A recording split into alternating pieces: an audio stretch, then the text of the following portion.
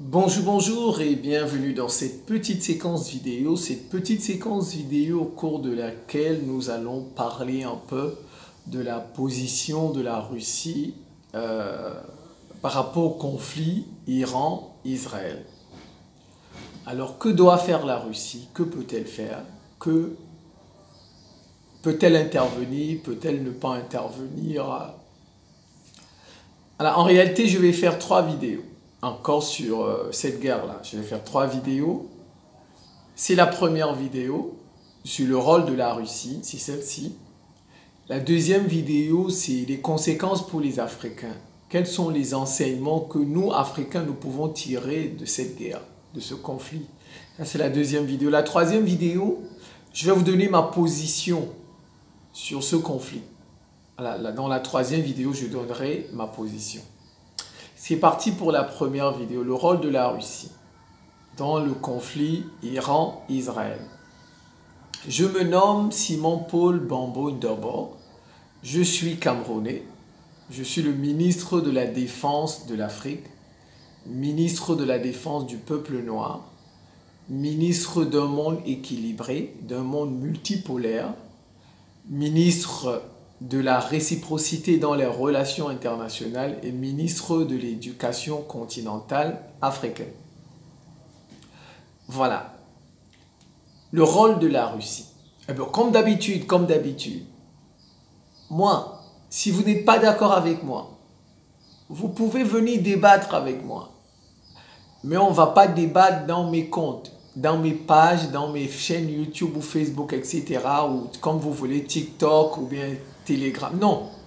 Vous m'invitez sur votre page, sur votre chaîne YouTube et on débat. Comme ça, tout le monde va voir le nom de votre page et on va vous voir.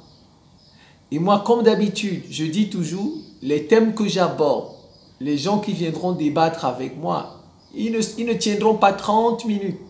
30 minutes, ils ne tiendront pas. Ce n'est pas une vidéo d'histoire. Ce n'est pas une vidéo d'histoire. C'est vrai que dans les vidéos, parfois on peut citer tel élément d'histoire, tel événement qui s'est passé dans l'histoire. Mais ce ne sont pas des vidéos d'histoire. Ce sont des vidéos de réflexion politique sur un conflit. Ben, il y a des gens qui viennent parfois vous laisser de faux commentaires, vous disent ben, tu ne connais pas, mais vous ne me connaissez pas. Vous ne savez même pas les différentes études que j'ai faites. Vous ne connaissez rien sur moi. Et vous osez même émettre un jugement. Mais le mieux, ce qui est mieux, il faut venir débattre. Vous saurez, vous verrez mes arguments. Il faut venir débattre. Ces gens-là, ils ne débattent jamais. Hein? Ils viennent, ils vous laissent des faux commentaires du genre... Il faut venir. Si vous êtes convaincu de vos arguments, effectivement, que vous maîtrisez par exemple l'histoire, comme vous avez l'habitude de dire, et que je n'en mets... Venez, on va débattre. Et si vous voulez, on peut faire même des vidéos sur l'histoire. Vous verrez que vous n'allez pas vous en sortir face à moi. Vous n'allez pas vous en sortir. Bon, tiens, c'est parti. Le rôle de la Russie. La Russie ne peut pas intervenir dans ce conflit. Et ne peut pas. Pour 4 raisons. Mais les 3 premières raisons sont minables. Elles sont minables. Il ne faut jamais l'oublier. C'est ce que des gens parfois veulent vous faire croire. Il ne faut jamais l'oublier. Nous vivons dans un monde où la couleur de la peau est importante. Parfois, nous avons des conflits raciaux. C'est parce que vous et moi, on n'a pas la même couleur de peau. Mais il y en a qui veulent parfois vous dire non, ce n'est pas une couleur de peau. Ils ne comprennent absolument rien de la géopolitique. Les conflits que nous vivons sont parfois des conflits géo-religieux. Géo-religieux, dont la religion est dedans. La géographie et la religion. Géo-raciale, la géographie et la couleur de peau. Voilà, je vais dire ça comme ça parce qu'il n'y a pas de race. Il n'y a qu'une seule race, la race humaine. Nous sommes tous humains. Les conflits que nous vivons sont parfois des conflits raciaux, des conflits religieux, ethniques, parfois aussi géoéconomiques, dans l'économie, les ressources, on ne dit pas non. Voilà. Et les conflits que nous vivons sont parfois des conflits de domination, dont là on va dire géostratégiques, des conflits d'hégémonie. La première raison, mais comme je vous ai dit, elle est minable. Elle est minable. La Russie ne peut pas intervenir parce que la Russie n'a pas un problème particulier avec Israël. La Russie ne peut pas intervenir. La Russie n'a pas d'accord de défense avec l'Iran. Ils ont un accord, mais c'est un accord, on va dire comme ça, de coopération militaire. Ce n'est pas le même accord avec la Corée du Nord. La Russie a un accord avec la Corée, un accord militaire avec du genre, si la Russie est attaquée, la Corée du Nord intervient. Si la Corée du Nord est attaquée, la Russie intervient. Ce n'est pas le cas avec l'Iran. Il y a un accord militaire, mais ce n'est pas du genre, si l'Iran est attaqué, la Russie intervient, ou bien si la Russie est attaquée, l'Iran intervient. Nous connaissons le rôle des Iraniens dans la guerre en Ukraine. Les drones Shahed. Les Ukrainiens aident la Russie dans la guerre. Mais il ne faut jamais l'oublier que non, l'Iran aide la Russie autant pour moi dans la guerre en Ukraine. Mais il ne faut pas l'oublier que l'Iran n'aurait jamais aidé la Russie si la Russie avait attaqué un pays musulman. Si la Russie avait attaqué l'Arabie Saoudite. Si la Russie avait attaqué la Turquie. Il ne faut jamais l'oublier.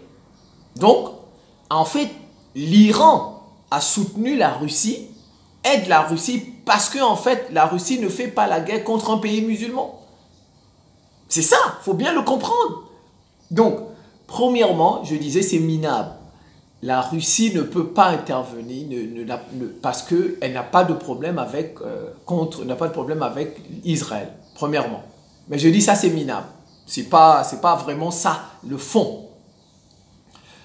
La deuxième raison, c'est que la Russie, si la Russie intervient, officiellement, il y aura une guerre mondiale. Parce que aussitôt, Israël doit défendre. Non, les États-Unis, autant pour moi, les Occidentaux vont défendre aussitôt Israël. C'est la guerre, c'est la confrontation. Regardez, jusqu'ici en Iran, non, autant pour moi en Ukraine. En Ukraine, c'est l'OTAN qui fait la guerre. Ce sont les Occidentaux, mais indirectement. Indirectement. Ils se cachent derrière l'Ukraine, mais ce sont... Mais si la Russie intervient en Iran là-bas, ce sera directement une guerre directe, un affrontement direct entre les Occidentaux et la Russie. Et ça va exploser, ça va donner une troisième guerre mondiale que vous connaissez. Donc vous voyez, ça c'est pas négligeable. C'est pas négligeable. Ça, c'est de raison. La Russie n'intervient pas parce qu'il y aura un affrontement direct avec les États-Unis. Direct cette fois-ci, pas indirect mais direct. Alors, la troisième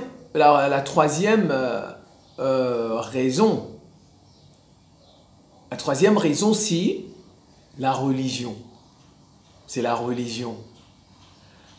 La Russie ne peut pas aider l'Iran. Ne peut pas. C'est impossible. La Russie ne peut pas. Je vous explique. Parce que la population russe... Parce que si c'est la couleur de peau, les Iraniens sont blancs. Ils sont blancs comme les Russes. Ils sont blancs, il n'y a pas de problème. Donc, ce n'est pas la couleur de peau qui joue. Ici, c'est la religion. C'est la raison fondamentale, la véritable raison pour laquelle ce n'est même pas... Ils n'ont pas peur des États-Unis dire que non, parce qu'ils affrontent indirectement les Occidentaux en Ukraine. Et Poutine est prêt à une troisième guerre mondiale avec les Occidentaux. Il est prêt, lui-même le dit. Il est prêt. Donc, en fait, ce n'est pas la peur d'affronter les Occidentaux qui fait que la Russie ne joue pas un rôle dans le conflit Iran-Israël. Et je vous donne un exemple, regardez. Vous savez, il y a un accord entre les grandes puissances, un accord militaire entre les grandes puissances. Les grandes puissances, même quand vous voyez, elles semblent être en conflit, mais elles se parlent, les grandes puissances. Elles se parlent. Il y a des canaux diplomatiques et les grandes puissances se parlent. Quand les États-Unis veulent faire des essais d'armes, quand par exemple ils veulent faire des exercices militaires, les États-Unis appellent la Russie. Ils appellent la Chine pour dire que tel jour, nous allons faire des essais comme ça, comme ça. C'est comme ça entre les grandes puissances. Donc si vous voyez tel avion, c'est pas con parce que les grandes puissances sont méfiantes. Si une grande puissance, par exemple la Chine, voit des avions, la Chine peut se dire, ben, je suis attaqué, elle va réagir, alors que c'était pour faire des exercices. Les États-Unis voulaient faire des exercices militaires. Donc vous voyez, les grandes puissances se parlent. Quand une grande puissance veut faire des exercices, veut faire des essais, elle communique, elle le dit à d'autres puissances. Donc si vous voyez tel ou tel essai, ce n'est pas contre vous, nous nous entraînons. Donc les Russes font ça, les Chinois font ça, les grandes puissances militaires le font, pour qu'il n'y ait pas conflit. Donc, vous voyez, mais Israël a envoyé 200 avions de chasse. 200 avions de chasse. La Russie a vu tous ces avions de chasse avec ses satellites. Tous ces avions de chasse. Et certainement, la Russie a été avertie. Parce que c'est comme ça les grandes puissances avertissent. Et pour dire que non, c'est pas contre toi. C'est pas contre... Non, n'interviens pas. Non, donc les Russes étaient au courant de cette attaque. Les grandes puissances se parlent. C'est comme ça. Si quelqu'un vient vous dire que telle puissance n'était pas au courant, c'est faux. Le Pakistan était au courant.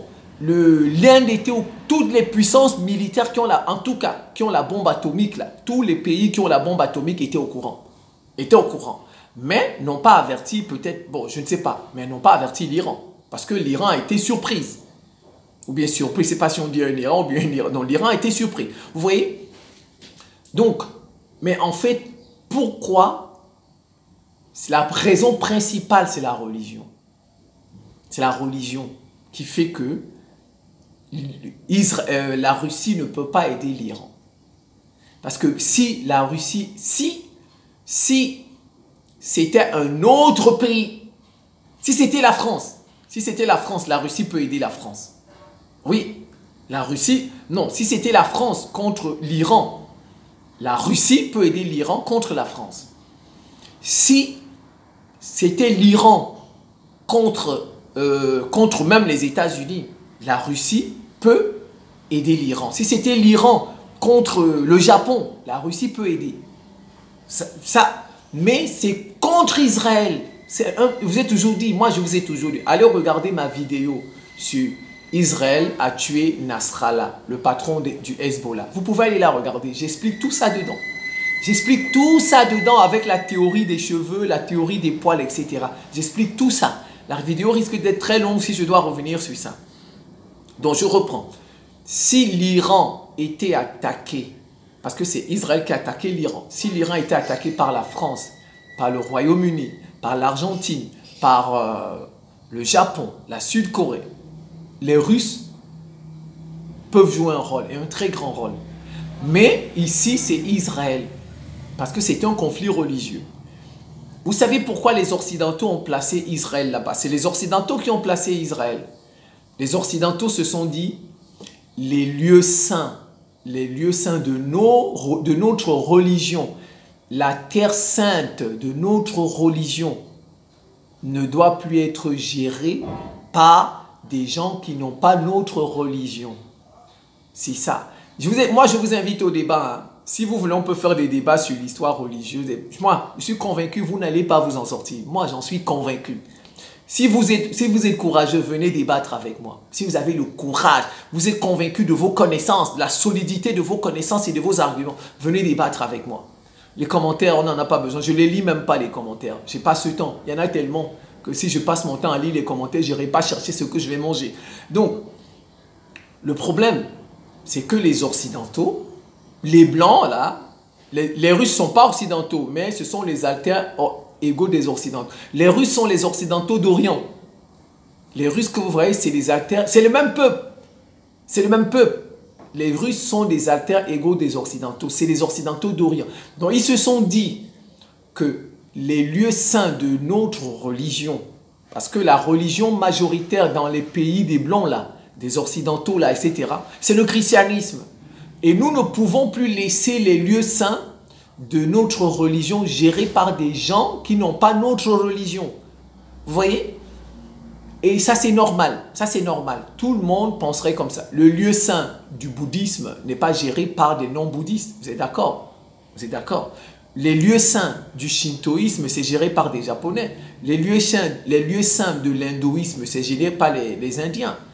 Les lieux saints de l'islam, sont gérés par les musulmans. Arabie Saoudite, Mecque, Médine. Même les chiites, les lieux saints des chiites sont gérés par les chiites. Bon, c'est vrai.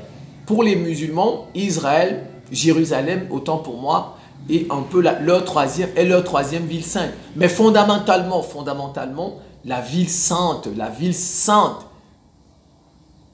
Jérusalem n'est pas la ville fondamentale, la ville sainte des musulmans. C'est Médine et surtout la Mecque. Les deux, Médine et la Mecque. Donc c'est ce qu'ils se sont dit les Occidentaux, que leurs lieux saints ne doivent plus être gérés par des gens qui ont... C'est pourquoi ils ont placé Israël. C'est une affaire de lieux saints. Je pense que c'est une guerre religieuse. Donc même si la Russie entre en guerre veut aider l'Iran, même les populations russes vont se fâcher. Même les populations russes vont se fâcher. Le guide, le pape des Russes, il va se fâcher. Il va dire, tu ne peux pas soutenir un peuple, surtout que l'Iran a dit ouvertement qu'il va détruire Israël. Or, Israël garde les... Je dis, ça ne donne pas le droit à Israël de tuer les Palestiniens. C'est ce que je dis. Ça ne donne pas le droit. Ce qu'ils sont en train de faire contre les Palestiniens, c'est un génocide. Les Israéliens sont en train de génocider les Palestiniens. Ils gèrent déjà la majorité des lieux saints du judaïsme et du christianisme. Ils n'ont pas besoin de prendre toutes les terres aux Palestiniens, Gaza, etc. Et tuer les Palestiniens même quand ils viennent chercher la nourriture, de quoi manger. Des gens, quand ils viennent juste chercher du pain, de l'eau, lors des distributions, eh bien on les tue. Tu entends 60 morts, 70 morts, des gens qui sont venus chercher du pain. Voilà, ceci. Donc vous voyez, c'est ça. C'est la raison fondamentale. Poutine ne peut pas intervenir. Il ne peut pas. Il ne peut pas aider l'Iran. Il ne peut pas. Parce que même sa population sera contre lui. Les Russes sont majoritairement chrétiens. Ils sont majoritairement orthodoxes. Donc ils vont se dire, même leur pape, tu ne peux pas aider les gens qui ont une autre religion pour détruire un pays, pour bombarder un pays qui garde les lieux saints du christianisme. Et je vous dis, toutes les grandes puissances que vous voyez là, occidentales et russes, elles se sont partagées Jérusalem. C'est comme ça. La France a une partie qu'elle gère à Jérusalem. Les États-Unis ont une partie. Vous voyez, c'est comme Berlin. Vous voyez, c'est comme Berlin. Après la Seconde Guerre mondiale, ils se sont partagés Berlin. C'est comme ça. La Palestine que vous voyez là, ils se sont partagés la Palestine religieusement. Il y a un secteur pour l'église orthodoxe russe. Il y a un secteur géré par l'église française. Un secteur géré par l'église des États-Unis. C'est comme ça. Vous voyez, c'est une affaire de lieu saint.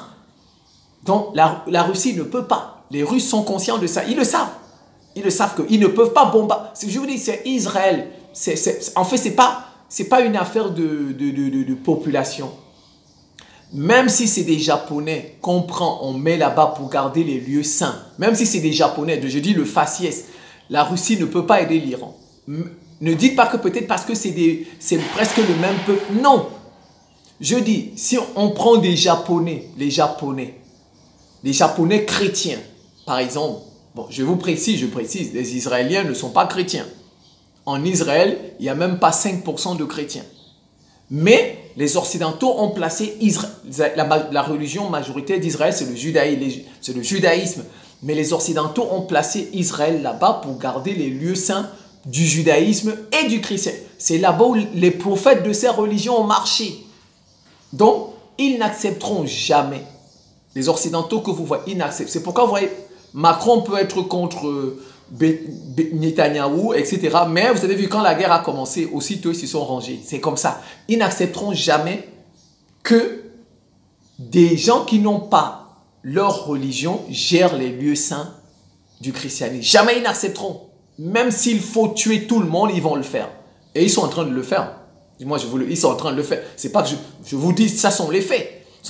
Et même si la Russie intervient militairement, la Russie va perdre. Parce que ce n'est pas une guerre politique. Ce n'est pas une guerre politique. Ce n'est pas une guerre géopolitique. Ce n'est pas une guerre géoéconomique. C'est une guerre religieuse. C'est une affaire de lieu saint. Chaque religion a sa terre sainte. Et chaque religion, et la terre sainte de chaque religion doit être gérée par les gens qui ont cette religion. La terre sainte d'une religion ne peut pas être gérée par des gens qui n'ont pas cette religion. Ça ne marche pas. Ça ne marche pas. Vous voyez, c'est ça. Donc même si, je peux vous garantir, je peux vous mettre au défi. si la Russie soutient l'Iran, la Russie va être battue. La Russie sera battue, c'est moi qui vous le dis. Je vous donne l'exemple. Qui a fait tomber l'URSS? Qui a fait tomber l'URSS? C'est le pape. Ce ne sont pas les Occidentaux qui ont fait tomber l'URSS. Allez peut-être ceux qui ne le savent pas, allez vous renseigner. C'est le pape Jean-Paul II. C'est la religion qui a fait tomber l'URSS. C'est la religion. Ce n'est pas les Occidentaux. C'est pourquoi les Occidentaux ne se sont jamais arrogés la victoire sur l'URSS. Vous avez déjà vu les Occidentaux triompher de la chute de l'URSS, dit c'est nous qui avons. Non, c'est le pape. Et ça a commencé en Pologne, dans le propre pays du pape Jean-Paul II. La chute de l'URSS a commencé en Pologne. C'est la religion qui a fait tomber l'URSS. C'est le pape Jean-Paul II. Ce ne sont pas les Occidentaux. Donc vous voyez, le conflit là, c'est un conflit religieux. C'est la raison principale pour laquelle la Russie ne peut pas aider l'Iran. Parce que eux-mêmes le savent. S'ils aident l'Iran, ils vont tomber. Ils vont chuter. Ils vont chuter parce que l'Iran va battre peut-être Israël. L'Iran va gérer les lieux saints du christianisme et du judaïsme. Les Iraniens ne sont pas chrétiens. Ils pratiquent pas le judaïsme en majorité. Donc, le lieu saint du judaïsme et du christianisme sera géré par des gens qui n'ont pas la religion chrétienne et la religion juive. Vous voyez? Donc, la Russie va perdre. Vous voyez, c'est un peu le pourquoi, vous voyez, Poutine ne peut pas intervenir. Il ne peut pas aider l'Iran. Il ne peut pas.